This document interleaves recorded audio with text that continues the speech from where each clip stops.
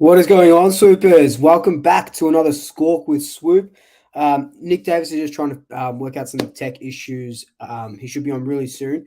But first, hey, what's going on? Can everyone hear me fine? Is that all good? Um, excuse me, I've had a bit of caught a bit of the flu over these last couple of days, so I'm feeling pretty shit house. But I will be there on Saturday. How's everyone feeling? How's the nerves? Um, Whew, it is a big build up. It is a big build up. We are into a prelim. Um, far out, far out, far out, far out. Who? No one in their right mind would have predicted this. So it's a little bit crazy. But how's everyone feeling? Tell me how you guys are. Tell me how you guys are feeling.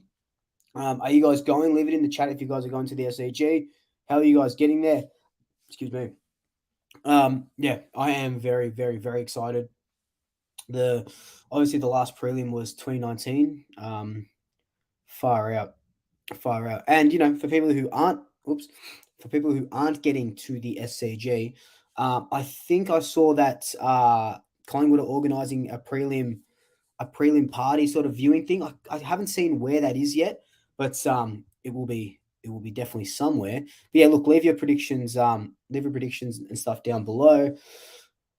Jack, wouldn't it be cool? Wouldn't it be cool if that was a real Jack Ginnivan? Because I doubt it is. But cool. Hey man, taking the plane. That's pretty cool. I wish I could take the plane. I'll be driving up. It's gonna be exciting. Driving up with Dad and my brother. I ended up getting my brother a ticket. Ended up getting Dad a ticket. I was gonna drive up by myself, but yeah, far out, far out. Look, it is going to be an insane game.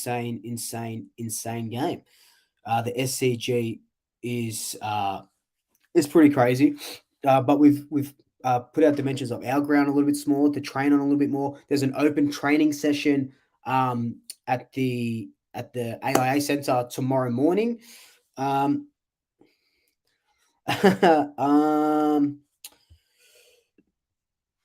Would you rather play Brisbane in a grand final? Look, I think Brisbane would be a very poetic grand final, obviously, because Craig McRae won 3 premierships there, and 2 of them were against us. So for him to versus his old mob would be pretty insane. But looks like Nick, thumbs up if you're ready to go, man. And I'll grab beautiful. All right, Nick Davis is ready to go. Let's get him on right now. How you going, mate? Yeah, good. Sorry, some computer difficulties up here, but all good. No worries. Thank you so much for taking your time out in what is probably a busy week because of your prelim heroics back then. I guess everyone's trying to get a couple words out of you. No, it's not too bad. Yeah, semi-final week is normally a big one, and then a Swans Collingwood is a big one. And look, depending on the results this weekend, it could be Sydney and Geelong in a grand final, which would be another big one. But look, I'm looking forward to the game. The game back here a month ago was a cracker, and look, I think it's gonna be another big one on Saturday afternoon, Saturday night. So how do you just we'll get that sort of game out of the way first. How do you see it going? Like you said, the last one in round 22 was insane. The pressure was top notch. Sydney just applied like what Collingwood have been doing all year. Sydney had just done it tenfold. We know that the SCG ground and stuff like that, they play it really well. How do you see it sort of playing out? Yeah, look, it's going to be a little bit different. Look, I reckon, obviously Jordan De Goey didn't play for Collingwood that afternoon. There'd been a few rumblings about a bit of flu going through Collingwood as well, and then I think they were off the back of 8 in a row, and it was probably just the Swans got them on their home deck. I think Scott Pendlebury came out during the week and said, "Look, we had a look at this ground. It is quite unique out at the SCG, and they had a look there a month ago. They took some learnings out of it, and they get to go back there pretty quick. But look, the Swans were ultra impressive against Melbourne in that qualifying final, and to have a week off, and it is different up here in Sydney. Whereas the Collingwood, I remember back in 2002, getting to a prelim and having the Collingwood army behind you, and you do walk a little bit taller. Where up in Sydney, the boys can go to training, and they get on their scooters and go down the street and get coffees, and no one really annoys them too much. So it is quite different, the 2 build-ups for each team. And how do you think that plays into Sydney's hands a little bit, especially with that week off, that rest. We know that now there's, I don't think you experienced that pre-finals bye when you were playing. So they've effectively played 2 games in 20 something, 27 or something days. How do you think that kind of affects them? Look, I think maybe for the Collingwood guys that have shown that momentum has been a big thing for their season. They got on a really big run and won all those close games in the back end of the year, and they get great belief from winning the games and how they won them. And I think both sides, their style of play is it sort of stands up in finals. And look, Collingwood weren't far away from beating Geelong in that first qualifying final. And it's going to be a good game. The atmosphere up here, it's going to be like 45,000. It's going to be pretty chockers, and look, I think it's going to be a close one. You've played in some, obviously some really big games. 2002, the grand final, 2005 and 2006, with Sydney. How was your personal lead up? Playing for Collingwood, like you said, huge Melbourne club. You played in that prelim against Adelaide in 2002, going into the grand final, and then compared to as Melbourne siders, we don't really tend to hear much about the interstate clubs, and like you said, they kind of can do their own sort of thing. What was the kind of biggest difference that you felt from 2002 to 2005? Yeah, 2002 qualifying final. We played Port at the other not Adelaide Oval at Footy Park, and we went over there as a young team. I think we were 4th and they were 1st, and we come away. We had a really good win that night. I think that was when Benny Johnson tackled Burgoyne in the square, and I remember that game. And having the week off, and I remember the Adelaide prelim. It was just 80,000, similar to what it was last week for the Pies fans against the Dockers, and just that the Collingwood army that is still there was just really it makes you play that little bit better, and they sort of tell you how good and we're going to win the flag, and then you just start believing it. And we don't need to go down to the grand final path. We all know,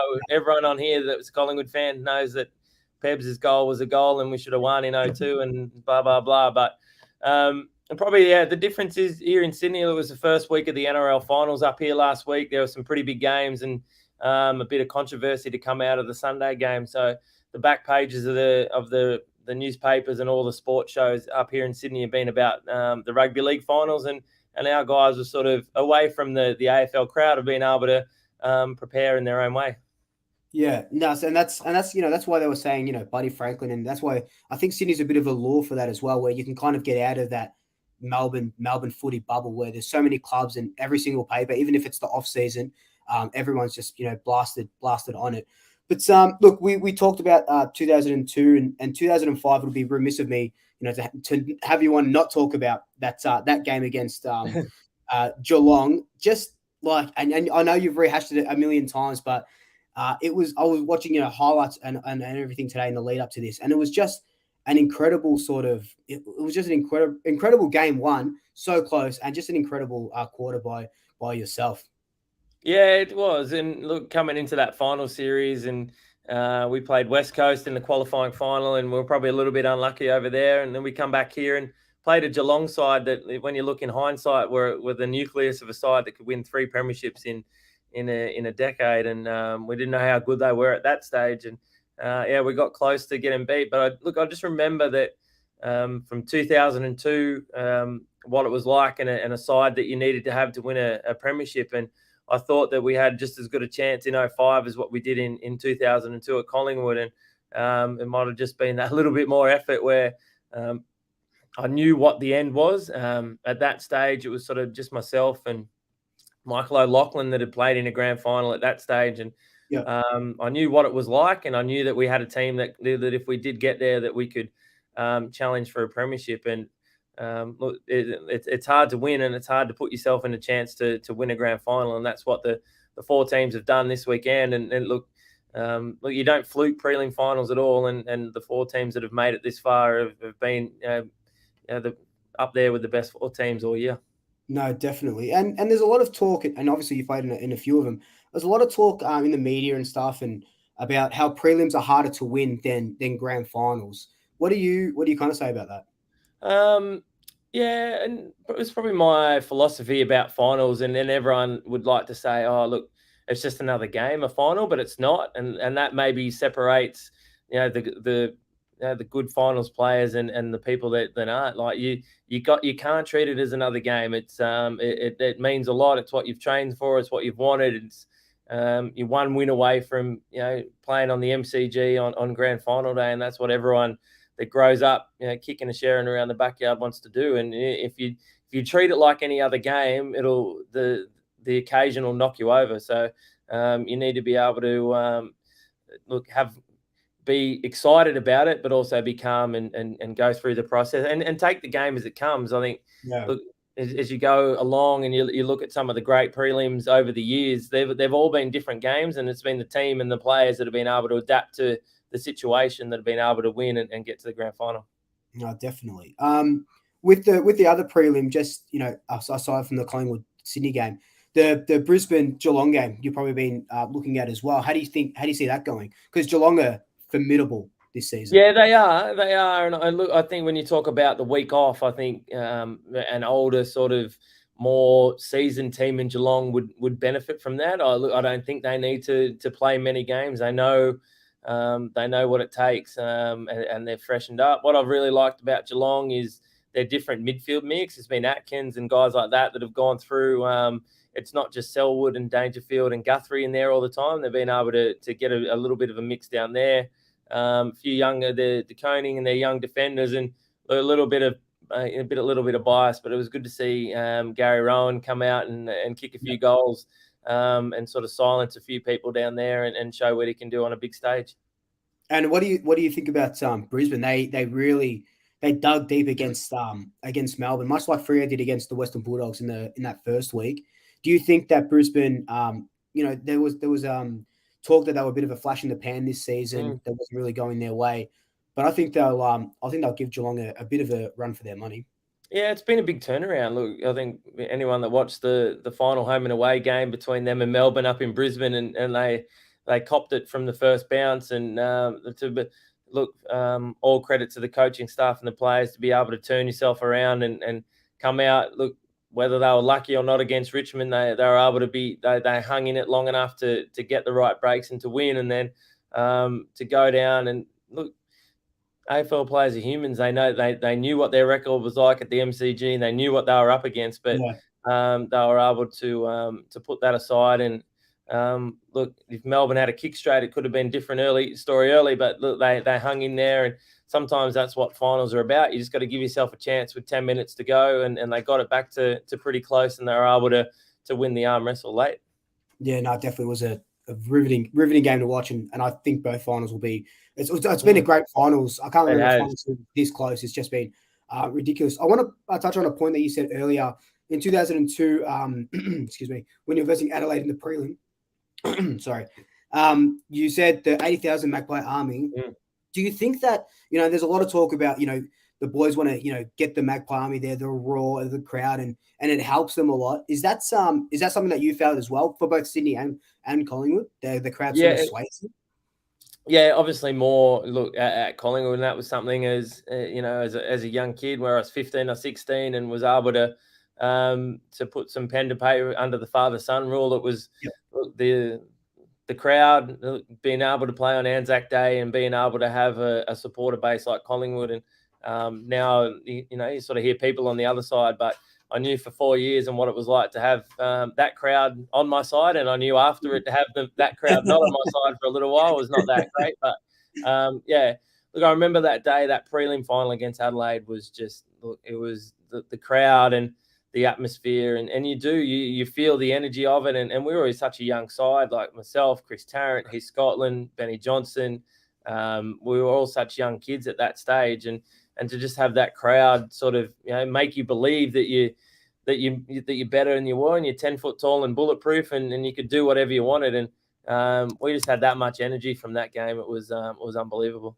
Yeah, and that's what everyone's been saying. Darcy Moore, Jeremy Howe, they're all coming out and they all want to hear us. I was hearing Collingwood chants against Freo, that loud Collingwood chant in the second quarter after we have just kicked a couple goals, and it was just that the atmosphere there was electric, and no doubt it's going to be the same as at Sydney.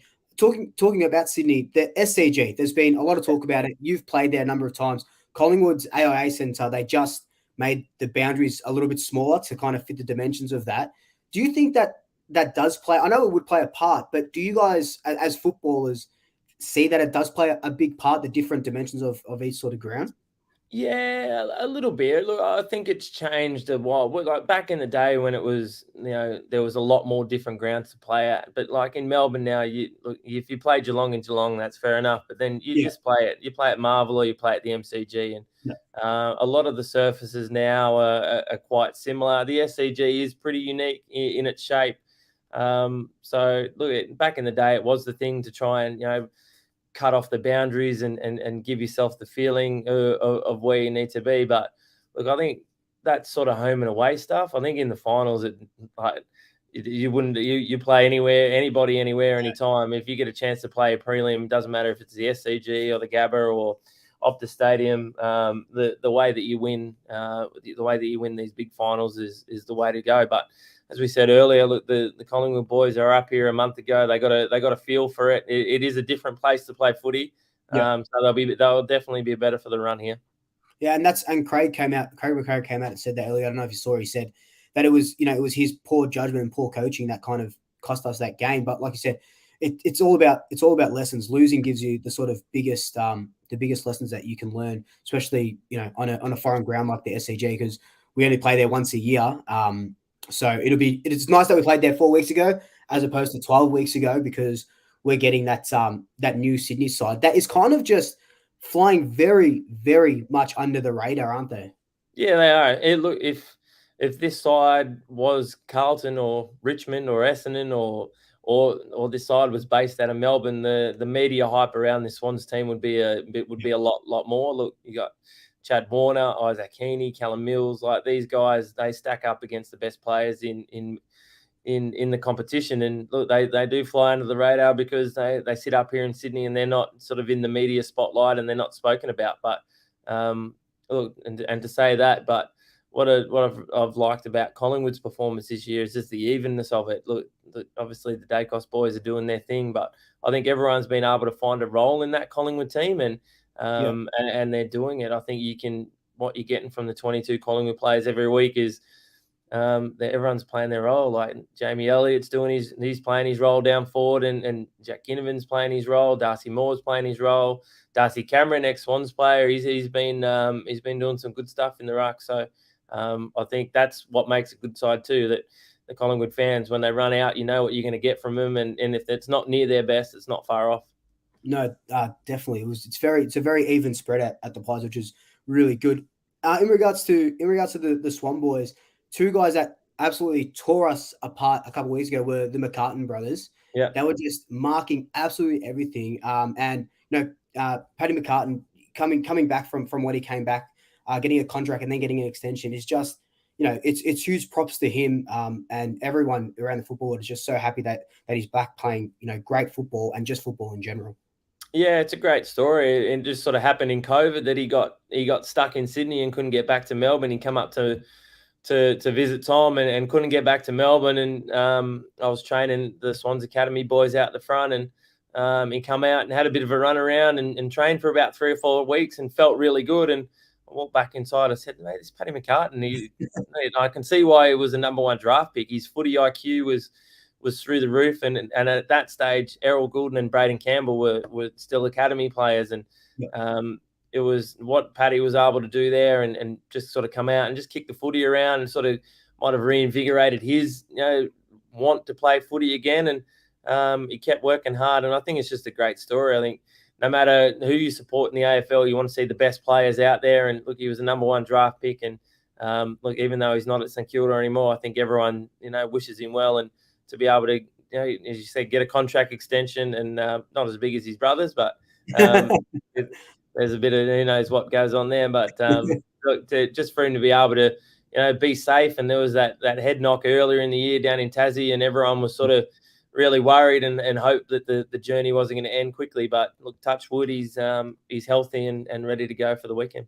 Yeah, no, definitely one of the better stories out of this year. Where do you see the game won and lost for both sort of sides? We talked about the pressure and how Sydney love to do that high pressure. They choked Collingwood in that first quarter earlier on this season, and Collingwood try to do the same to teams as well. Is that the be all and end all, that sort of high pressure sort of game on Saturday night? Yeah, it is. Look, the SCG is a big centre clearance. It's a clearance ground. If you can get the ball in your front half, it's look, a lot of sides don't really like coming through the middle here because it's if you turn it over, it's pretty. It's not that far to goal. So if you can keep it in your front half, it's actually a long way around to get it back forward. And so if you can win clearance, get the ball in your front half early, especially centre clearance, that makes a big difference. And so I think with Jordan De Goey coming back as well, we had no Taylor Adams that week. I think we chucked in Josh Dacos in the middle. Jordan De Goey built for finals, it seems. After a sort of up and down year, with his sort of stuff, he's just taken the finals by storm. Yeah, he has, and look, it shows that, look, for what he did and his off-field stuff, it obviously matters, and it's, look, you need to make sure you respect other people and women and all that sort of stuff. But when it comes to the finals, it's you want your best players out there, and Collingwood are happy that they didn't tear up any contracts and send him somewhere else. And not all's forgiven, but you can forget some things. And he's a player that's built for finals, and for me, he's a player built for the SCG. Someone that can do damage in the midfield, and then it's not that far from the midfield to slip inside forward 50 here. And if he can do that, if he can win his fair share of clearance and then go forward and kick goals, he's going to be a player that the Swans will need to worry about. Another player that the Swans put a lot of work into was Nick Dacos. Had a terrific season, obviously, NAB Rising Star. Also, another player that's just come in, looks like he's played 300 games for the club already. They sent Ryan Clark to him. Do you think that's going to be something that they try and nullify again? Because we're talking about Paddy McCartan's footy IQ. Nick Dacos's footy IQ is pretty much second to none, or maybe second to only Pendlebury in that Collingwood team coming off halfback. Yeah, what he does, look, he's obviously a great player, but the sign of great players, and you put Pendlebury in that bracket too, is they make other players better around them, and that's what it's not just what Pendlebury and Nick Dacos can do, and put Josh Dacos in that category as well. Is they're great players and they win their own ball, but the way they distribute it and the way that they feed it to their teammates makes them better players. So what you're necessarily doing is, if you take Nick Dacos out of the play and Pendlebury, then not only do you take those two out, then you take everyone else out around them as well, because they're the distributors. They get everyone else in the right spot. So, look, it's been a tactic, and it's been one that's the back half of the year. It's really worked for the Swans. That defensive forward, it sort of went out of the game there for a little bit, but Ryan Clark's been able to find a spot there and do it really well. And look, I don't think the Swans are really one for really playing too many tricks. If they think that worked last time, I think they'll probably go with it again. Yeah, no, it's going to be a good watch, especially with a tag, shaking off that tag, and like you said, getting everyone else into the game, because that's what he does. He's running off. I think I saw yesterday that his first touch didn't come to like the 22nd minute mark of that first quarter. So that's 20 minutes without, like you said, Nick Dacos handing it over to anybody else. Now, I want to ask you. You played with some really, really good Collingwood players first, and then we'll get into Sydney. Who was your favourite to play with, and who do you think was the best player that you played with? Yeah, look, obviously Nathan was the captain there when I arrived, and there's not many players in the AFL that you could say could play in basically every position. If he wanted to ruck, he probably could have done that too. But he could have been, like, if he played 10.5 forward, he would have been All-Australian 10.5 forward. If he played full forward, he might have kicked 70, 80 goals. If he played halfback, he would have been he was just he was an amazing captain and an amazing player. So look, it was Bucks. I got to play with Paul Williams at two clubs, so I was lucky there. The Rocker Boys, let's see, Chris Tarrant, Mel Michael. It was a team there. Paul Lacuria. I can keep naming them more. Brody Holland.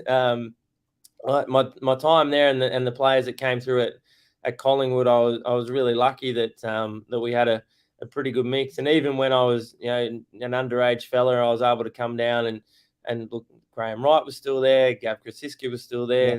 Yeah. Tony Francis, Damien Moncourse, that sort of 90s crew that was still there, I was able to get the back end of them and learn some really good lessons off them as well.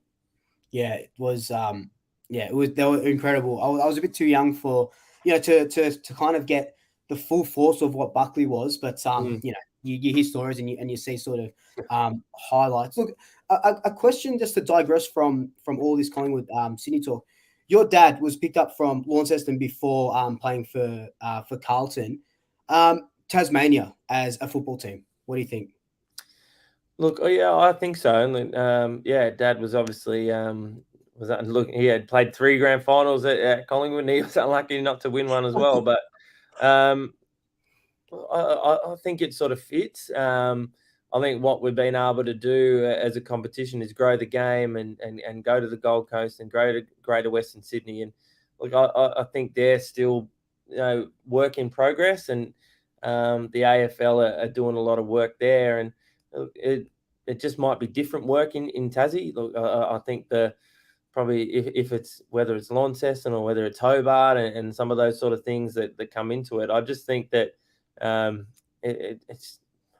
it's got to be just a no-brainer. It's just sitting there, and I think everyone's sort of umming and ahhing, and the big shiny lights of the Gold Coast were there, and then also the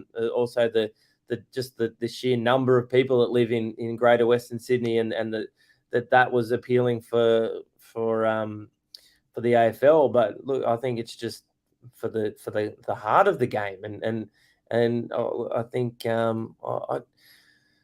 there's obviously good reasons why they haven't, but I just can't see why it wouldn't work. So look, hopefully for all those Tassie, ex-Tassie players and the Tassie players that are in there now and coaching against some of their junior sides, their junior sides are pretty sharp. So I think for footy in Tassie, it'd be great to have a team there.